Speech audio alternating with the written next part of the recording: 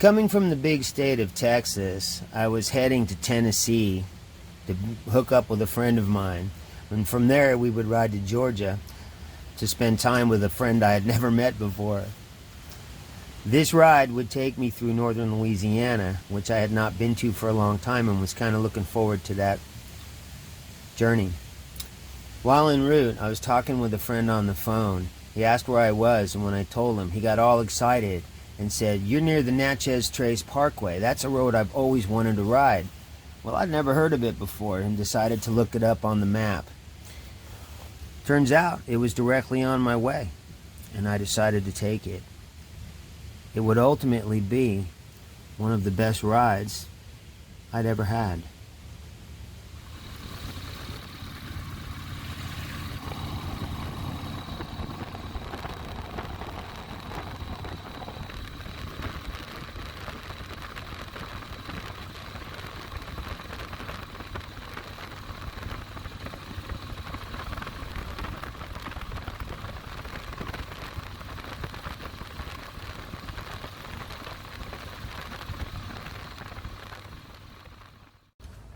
Having started onto the Natchez Trace later in the afternoon, I decided to bed down early so that I might spend the entire day tomorrow just enjoying this road.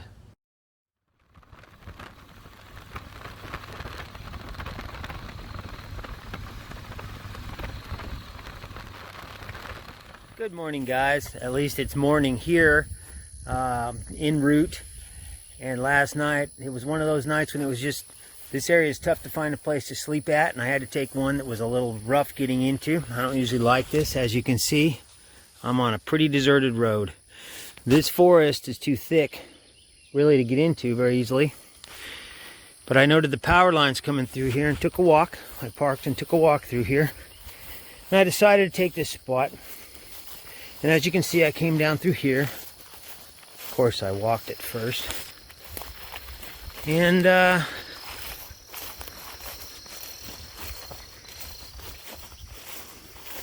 down through this little field a little ways. Pretty tall grass.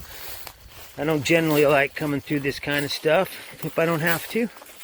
I try to stay to roads and places I'm going to enjoy more. So last night, I just couldn't find a good spot. Sometimes that happens, man. But this spot turned out to be okay. Now I walked in here, and as you can see, this place is tricky to get a full dress Electroglide in. But I've had the same motorcycle for so long that I can pretty much walk through a place and know if I can get my bike in there or not. And I determined I could. And so there's last night's camp, which I'm getting ready to pack.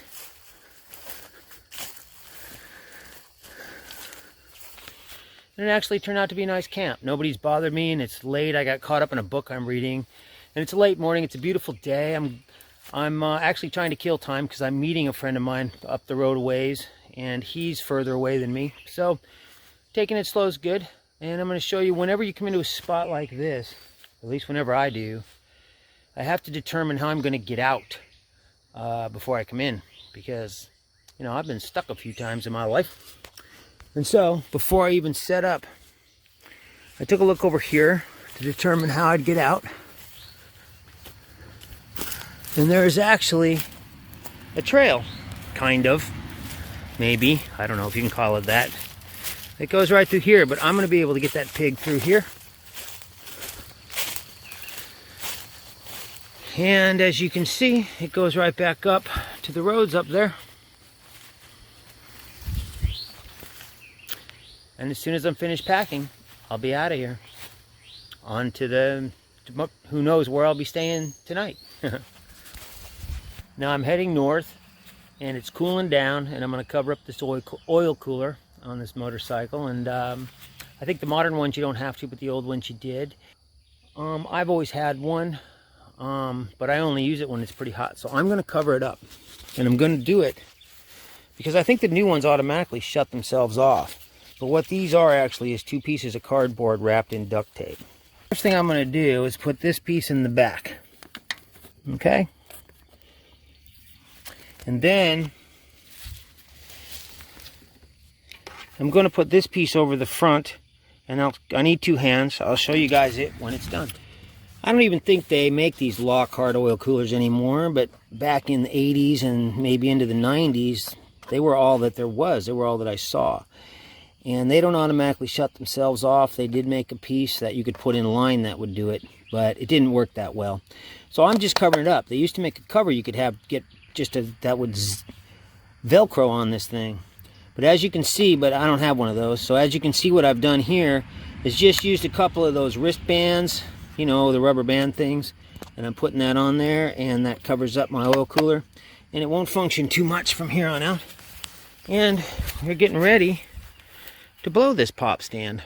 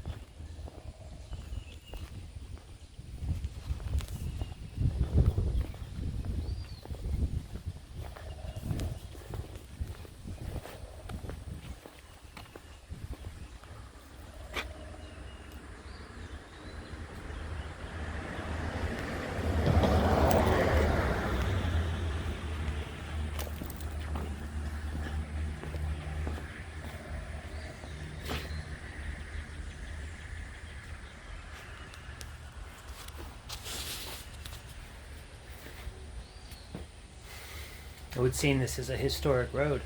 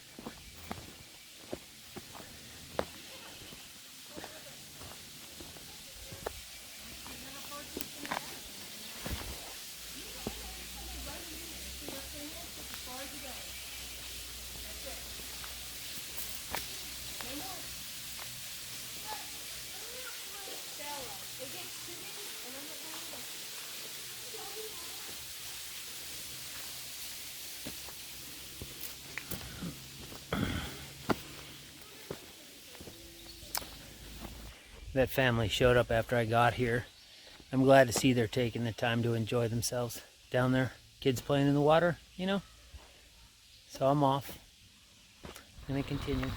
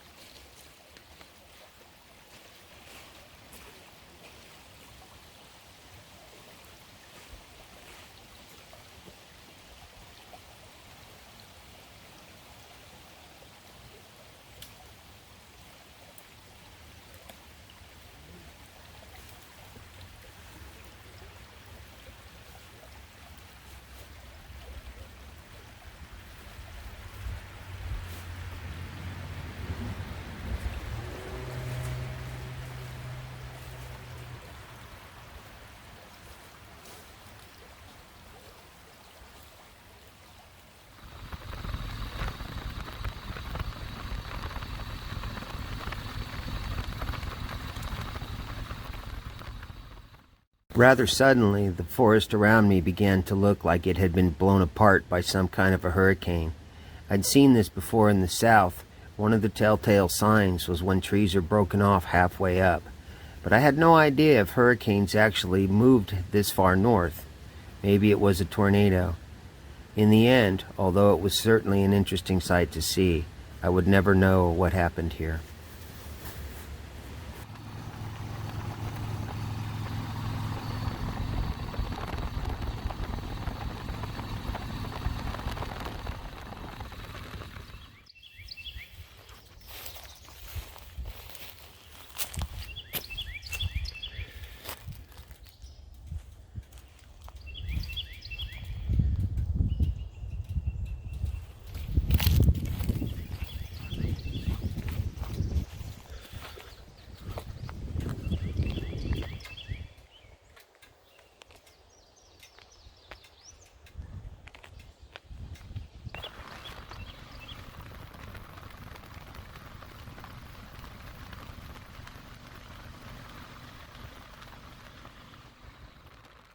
The sky was growing darker. It would rain tonight. It would be nice to find some shelter for the evening, or, if nothing else, at least a place to put in a camp where the ground would not turn to mud by the morning, therefore leaving me stuck and trying to get out. But there was nothing like that along this road, because it was kind of a manicured scenic thing with no houses or structures really along the way. I decided to take an offshoot road into a more normal area and see what I could find.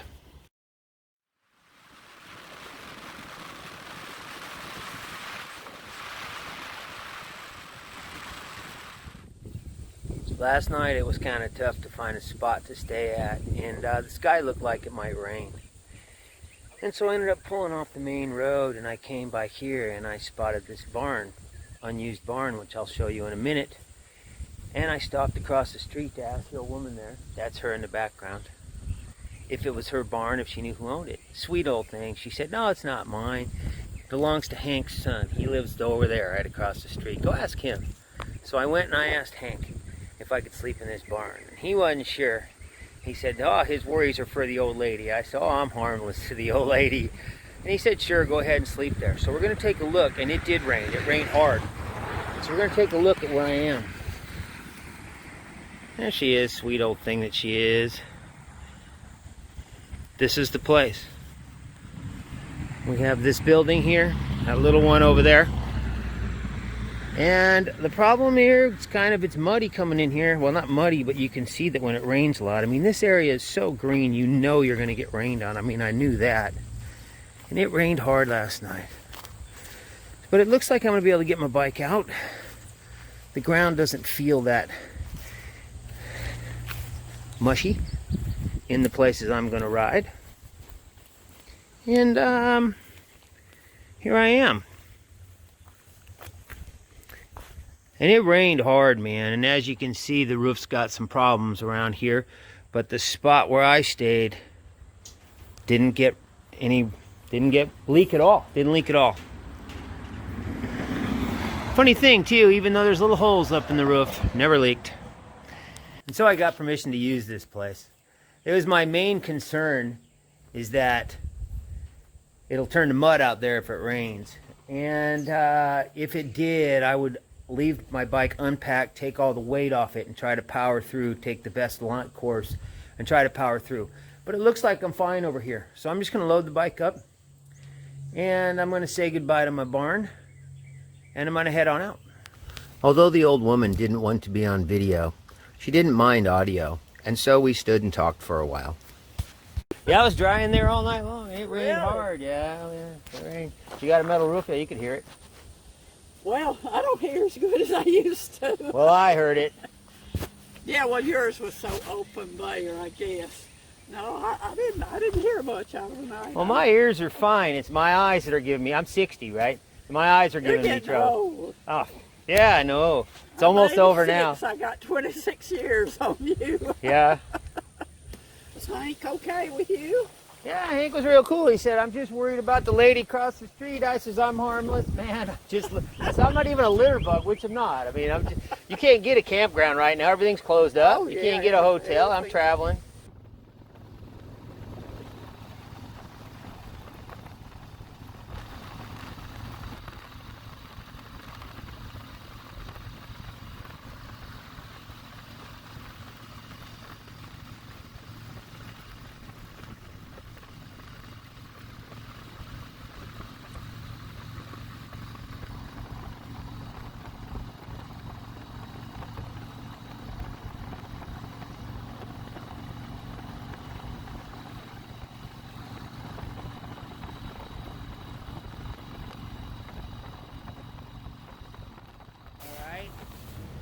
I'm supposed to be meeting Brent here in this little gas station we're in northern Mississippi. He riding in that little 600cc scooter with his dog. And so he showed up. We got here about the same time. He had 300 more miles to go than me. But it's raining. Well, while here I meets this guy George sitting in his truck. He invites us to come stay at his place. He's lonely. He just tells me that I need the company. So decided to stay at his place tonight. It's only like 2:30 in the afternoon, but the weather's bad. It's supposed to be good tomorrow. I don't want to travel in this crap. I ain't going to enjoy that. So we're going to stay at his place. Says he'll build us a fire. We can all hang out. We all got chairs. Brenton had ridden his 600cc scooter down from northern Michigan with his little dog, Wavy Gravy, in a little cage on the back seat of that thing. We'd meet up actually in northern Louisiana, in Tupelo, I believe. and then hang a right and go across Alabama together. We'd ride for a few days and have some pretty far out adventures. Hopefully I'll get around to making that one up pretty soon. What do you guys think about this video? It's got more riding in it than some of my videos. I watch these other guys, they put music to the riding parts. You guys think I ought to do that? I really don't want to. In any case, as usual, I've included a donate button in the drop box below for anybody who wants to help me keep this stuff going. And of course, for everybody else, the stuff's always free, so enjoy it. And I'll see you guys on the next video.